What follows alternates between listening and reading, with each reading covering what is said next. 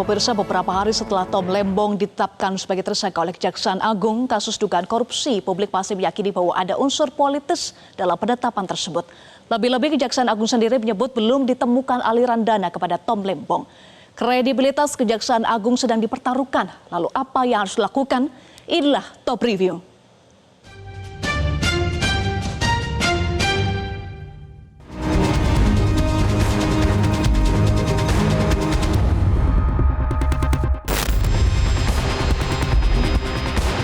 Selasa malam 29 Oktober 2024, kabar mengejutkan datang dari Kejaksaan Agung. Malam itu, Kejaksaan Agung menetapkan Menteri Perdagangan periode 2015-2016, Thomas Trikasih Lembong atau Tom Lembong, sebagai tersangka perkara dugaan tindak pidana korupsi kegiatan importasi gula di Kementerian Perdagangan. Malam itu bukan hanya Lembong yang ditetapkan sebagai tersangka, tapi juga ada tersangka kedua berinisial CS, selaku Direktur Pengembangan Bisnis PT Perusahaan Perdagangan Indonesia atau PPI periode 2015-2016. Kejaksaan Agung menjelaskan, pada 12 Mei 2015, rapat koordinasi antara kementerian menyimpulkan bahwa Indonesia mengalami surplus gula, sehingga tidak membutuhkan impor gula.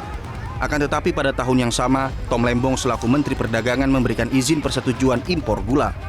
Tom Lembong dijerat dengan pasal 2 ayat 1 Undang-Undang Tipikor. Pasal ini mengatur bahwa setiap orang yang melakukan perbuatan memperkaya diri sendiri, orang lain, atau korporasi secara melawan hukum dapat dipidana penjara minimum 4 tahun dan maksimum 20 tahun. Tom Lembong juga dijerat dengan pasal 3 Undang-Undang Tipikor. Pasal ini berbunyi dengan tujuan menguntungkan diri sendiri atau orang lain atau suatu korporasi menyalahgunakan kewenangan, kesempatan atau sarana yang ada padanya karena jabatan atau kedudukan yang dapat merugikan keuangan atau perekonomian negara. Penetapan Tom Lembong sebagai tersangka tak pelak menimbulkan reaksi masyarakat.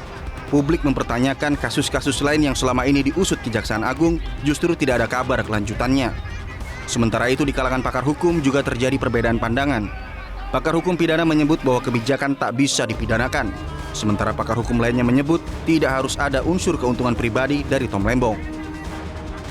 Nggak bisa sembarangan kejaksaan menetapkan orang bekas pejabat publik gitu ya karena kebijakannya kemudian dia dikriminalkan, pidanakan. Kecuali, ada kecualinya memang.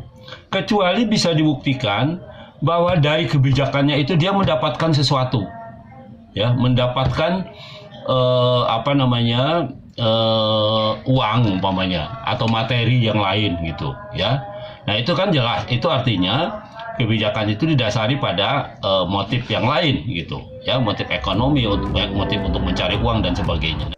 Tapi kalau kebijakan itu tidak dalam keadaan darurat, terus dia lompat pagar bahwa beliau tidak melakukan darurat, tentu menjadi pertanyaan, kenapa harus dilakukan ke PT A, ke PT B, sekalipun dia dalam tidak dapat keuntungan, tapi dalam pasal 2 maupun pasal 3 itu tadi, apakah dari kewenangan dia, fungsi jabatan, sarana, ia sebagai menteri pada waktu menguntungkan orang lain atau badan hukum yang lain. Mungkin titik singgung kejaksaan mengambil ada tindakan-tindakan sarana-sarana kebijakan ini menguntungkan orang lain. Unsur yang paling vital ya di dalam pasal 2 itu adalah unsur melawan hukum ya. Nah, di situ memang harus benar-benar ada perbuatan yang konkret, nyata, dan tindakan yang kita katakan sebagai mens rea ya, niat jahat yang kemudian diaplikasikan dalam suatu perbuatan. Kalau misalnya itu tidak terpenuhi, maka akan sulit sekali. Termasuk juga unsur yang berikutnya, yaitu memperkaya diri sendiri, orang lain, ataupun suatu korporasi. Jadi disinilah nanti pertarungan yang akan menurut saya sangat menarik ya. Karena memang ketika kemudian dikatakan sampai saat ini belum ada aliran uang ke Tom Lembong gitu ya, entah itu berupa gratifikasi, berupa penyuapan, tentu ini yang harus diperkuat oleh Kejaksaan Agung. Kejaksaan Agung sendiri menyatakan bahwa belum ditemukan aliran dana ke Tom Lembong. Namun Kejaksaan Agung menyatakan tidak harus ada aliran dana ke Tom Lembong untuk menetapkannya sebagai tersangka. Dan mengenai aliran dana itu akan didalami juga ya, apakah karena kalau kita lihat kan tersangka sebagai regulator ya bersama dengan dari PPI dan perusahaan-perusahaan itu. Nah, apakah ada misalnya di situ unsur aliran dana, tentu nanti akan terus didalami. Kejaksaan Agung menyebut dalam kasus dugaan korupsi importasi gula itu menyebabkan kerugian negara hingga 400 miliar rupiah. Namun mantan penyidik KPK Yudi Purnomo menyebut sifat dari kerugian negara itu harus nyata, bukan potensial loss.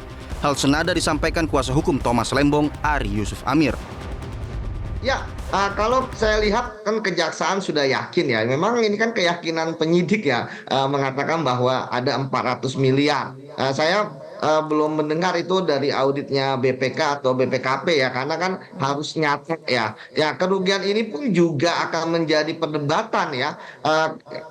Ketika misalnya karena kita tahu bahwa kerugian keuangan negara itu kan bisa jadi memang yang benar-benar berasal dari keuangan negara atau yang masih menjadi potensi keuangan negara atau bagaimana.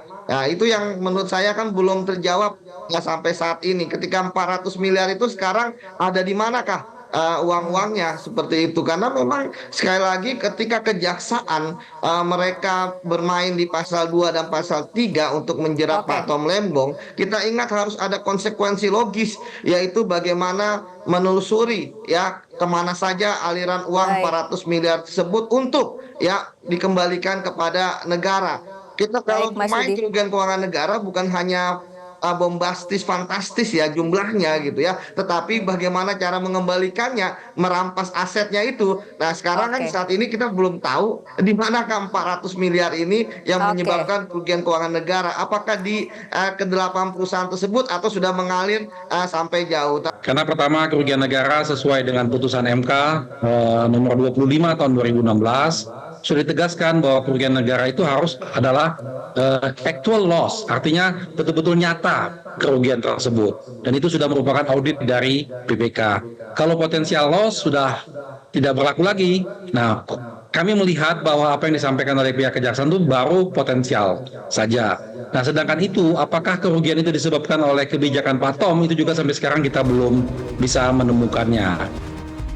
Beberapa hari setelah penetapan tersangka terhadap Tom Lembong, dugaan bahwa kasus bersifat lebih politis ketimbang murni hukum terus bermunculan di kalangan masyarakat. Publik masih menilai penetapan tersangka terhadap Tom Lembong belum memiliki bukti yang kuat. Di sini, kredibilitas Kejaksaan Agung betul-betul sedang dipertaruhkan.